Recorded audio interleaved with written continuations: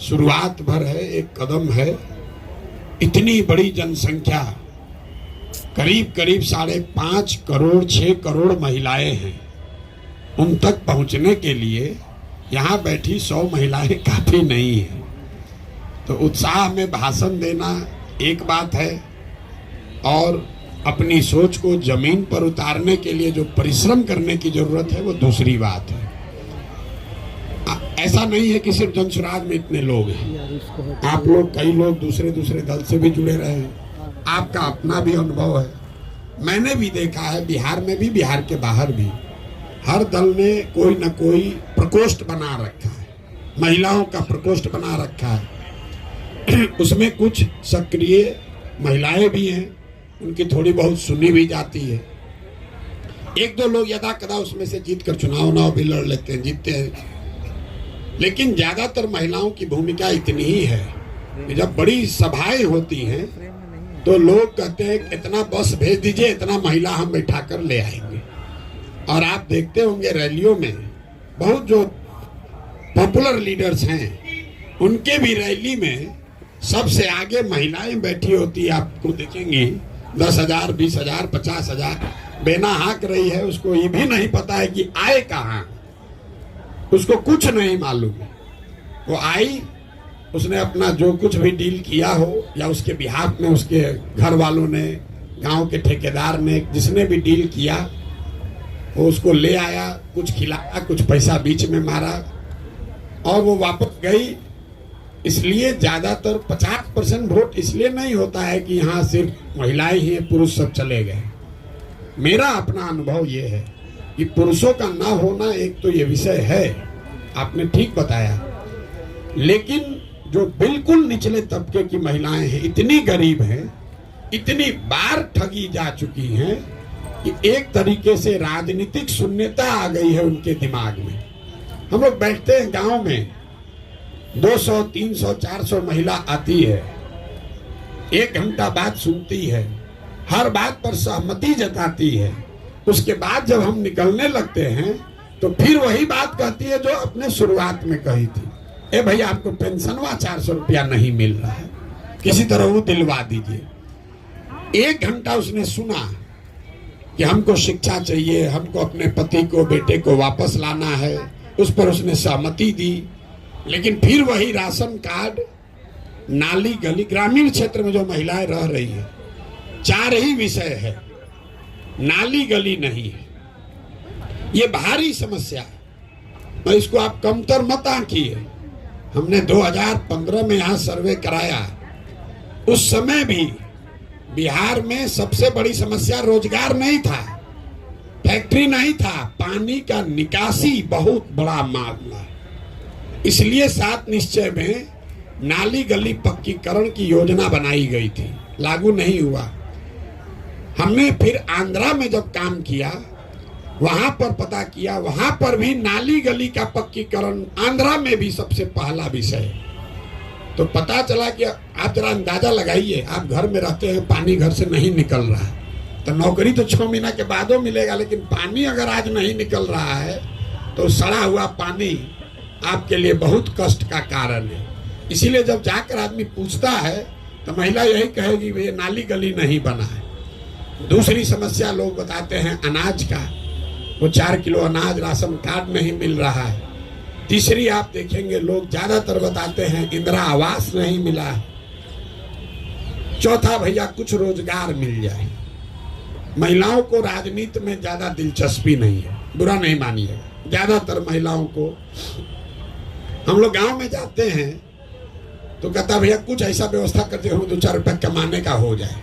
इसलिए नहीं कि राजनीतिक समझ महिलाओं की नहीं है, क्योंकि परिवार के भरण पोषण की डायरेक्ट डे टू डे जिम्मेवारी उसके सर पर इतनी भारी है कि उसको राजनीति और संविधान नहीं दिख रहा है।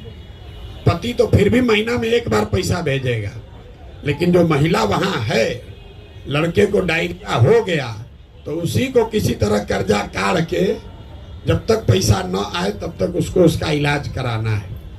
तो ज्यादातर महिलाएं हम लोग को ये कहती हैं कि भैया कोई उपाय लगाइए, हम लोग को कुछ काम दे दीजिए, कोई काम दे दीजिए, हम लोग को 100-200 रुपया कैसों कुछ मिलने लगे, इतनी नीचे बदहाली है। दूसरी एक और बात जो हमने देखी, आप लोग भी देखते होंगे, 55-60 साल से ज्यादा उम्र की शायद ही कोई महिला अभी तक हमको बिहार में दिखी है जो ऊपर से बेंड ना हो, झुकी ना हो। आप इस विषय को गौर नहीं किए होंगे जीवन में। हम यही पढ़ाई पढ़े हैं, यही काम पहले करते थे राजनीति से पहले।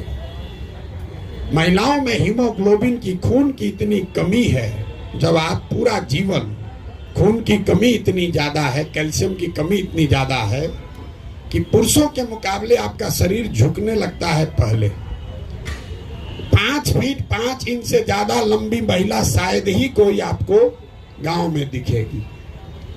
ये गंभीर विषय है, ये चुनाव जीतने से नहीं सुधरने वाला, इंटरजेनरेशनल है। 10, 20, 25, 50 साल अगर लगेगा तब जाके ये समस्या खत्म होगी, शायद हो जाए।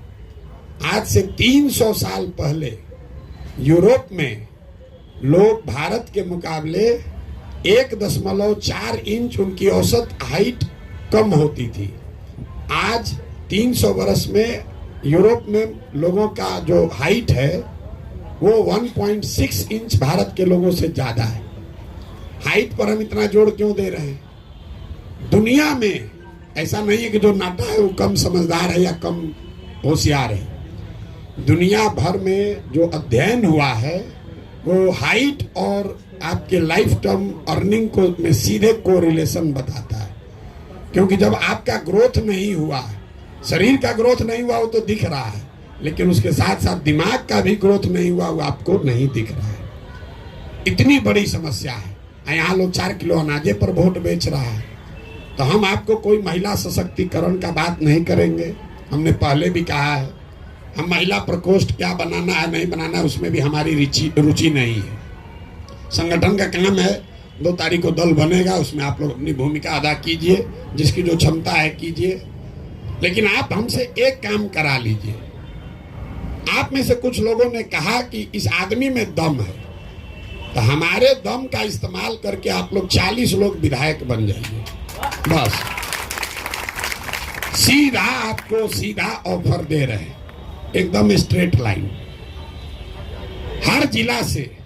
और ये 4, 5वीं बार कह रहे हैं, हर बैठक में कहते हैं हमको महिला एम्पावरमेंट वो सब नहीं बनाना है, वो बनेगा बाद में।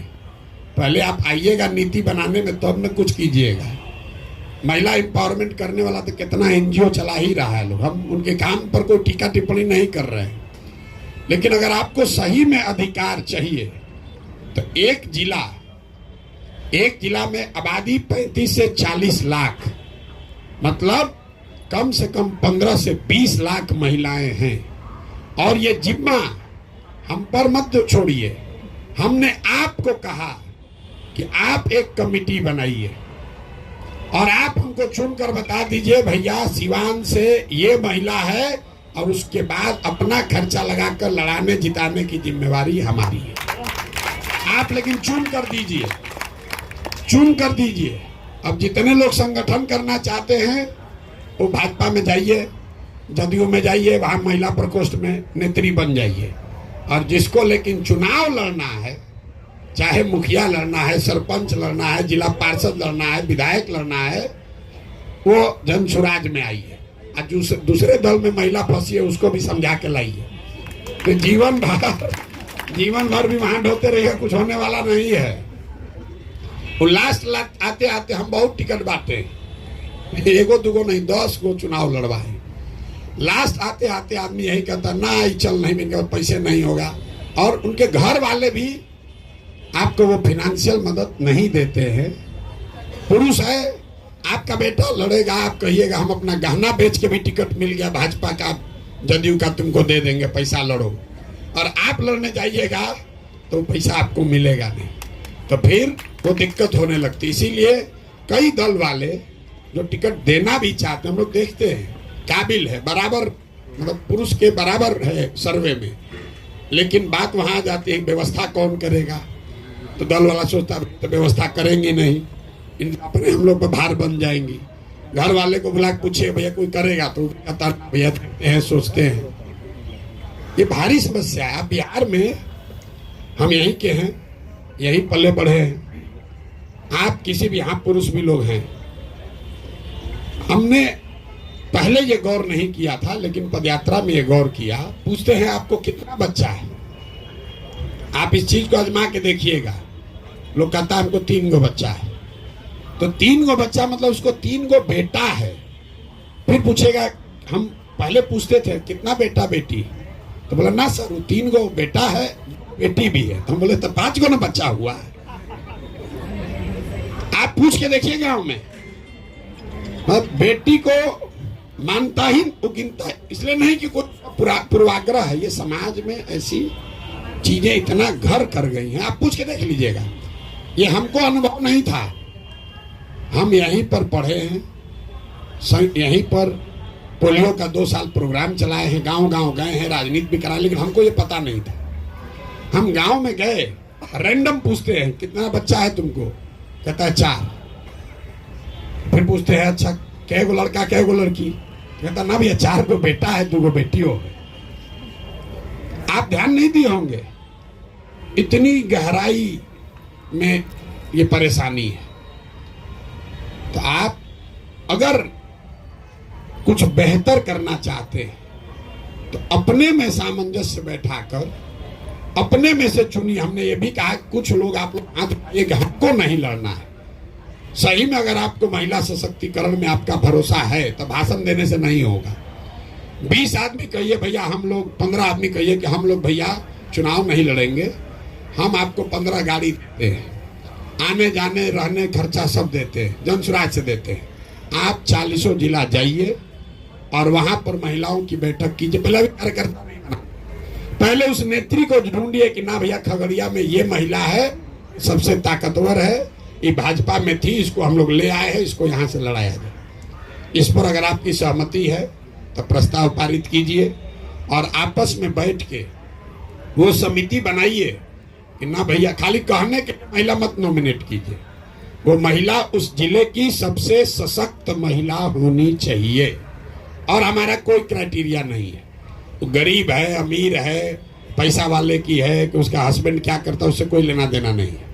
वो महिला सशक्त होनी चाहिए, कुछ उसने समाज के लिए किया हो, बाकी चिंता जनसुराज करेगा। अगर 40 महिलाएं भी लड़ें, आज तक 75 साल में 25 एमएलए भी यहाँ पर किसी विधानसभा में आज तक नहीं हुआ। हम 40 सीधा एक बार लड़ाने के लिए कह रहे हैं। भाषण देने के लिए, नारा लगाने के लिए कोई कह देगा 1/3, ए भैया हमारा आधा आबादी आधा हिस्सेदारी, वो सब कुछ नहीं हो सकता है। हम आपको झूठ नहीं बोलना चाहते, लेकिन हम एक जिला में एक आदमी को या एक लोकसभा क्षेत्र में एक महिला अगर कारगर मिल जाए तो उसको जनसुराज अपने खर्चे पर साधन लगाकर, व्यवस्था लगाकर चुनाव लड़ा सकता है। और उस 40 के पीछे ही अगर आप सब लगिएगा, उसमें से 20-25 जीत जाए तो उसका बहुत बड़ा फायदा लंबे समय में। हमने इसलिए आपको समस्या वो बताई, जो चुनाव लड़ना जीतना उसका कोई महत्व नहीं है। कोई ना कोई जीतेगा, कोई ना कोई हारेगा, उससे आपकी स्थिति नहीं बदलेगी, लेकिन इससे धीरे धीरे लीडरशिप बिल्ड होगी। मतलब जो महिला जीत कर आ भी रही है, अभी हम नाम नहीं लेना चाहते हैं, लेकिन 15 में एक महिला को हम ही लोगों ने कहा भाई यही मंत्री बनेंगी। अब शपथ की बारी आई तो उनको 2 बार सिखाया गया, पढ़ाया गया, भैया शपथ तो ले पाए, तो पता चला वहां मंच पर खड़ी हो पढ़िए नहीं पा रही है। अब उस महिला से आप अपेक्षा कर रहे हैं कि वो 5 करोड़ महिलाओं को सैकड़ों बरस की परेशानी से निकाल लेगी। कैसे निकाल लेगी? तो नाम के लिए महिला है, वो रिकमेंडेशन मत कीजिए। और एक बार ईमानदारी से, खाली प्रशांत किशोर ईमानदारी से चल रही कहने से नहीं होगा, आप भी तो थोड़ा ईमानदारी दिखाइए कि ना भैया हम प्रशांत किशोर कह रहे हम नेता नहीं बनेंगे। एक बार आप भी कि हम नहीं लड़ेंगे भैया महिलाओं के हक में, हम लोग 20 आदमी मिलकर पूरा बिहार घूमकर आपको हम एक एक नाम देते